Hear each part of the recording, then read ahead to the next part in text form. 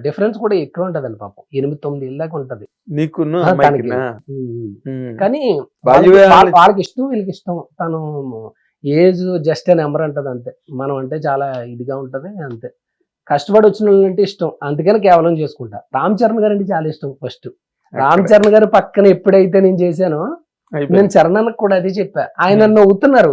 ఊరుకోరా అంటున్నారు. నిజమన్నా నువ్వంటే చాలా ఇష్టం ఆయనకి.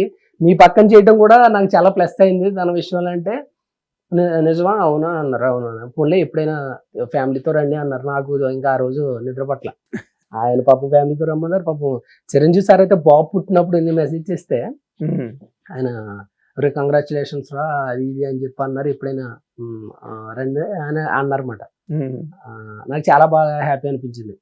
అంటే ఒక చిన్న ఫ్యామిలీ అని కాకుండా వాళ్ళు పోన్లే ఇంటికి రండి అన్నారు ఎప్పుడైనా కుదిరినప్పుడు అంటే నాకు నిజంగా వాళ్ళిద్దరికి ఎందుకో నాకు ఏదో జన్మలో పుణ్యం చేసుకుంటే అసలు వాళ్ళు మనల్ని గుర్తిస్తారనిపించింది అంత పెద్దోళ్ళు.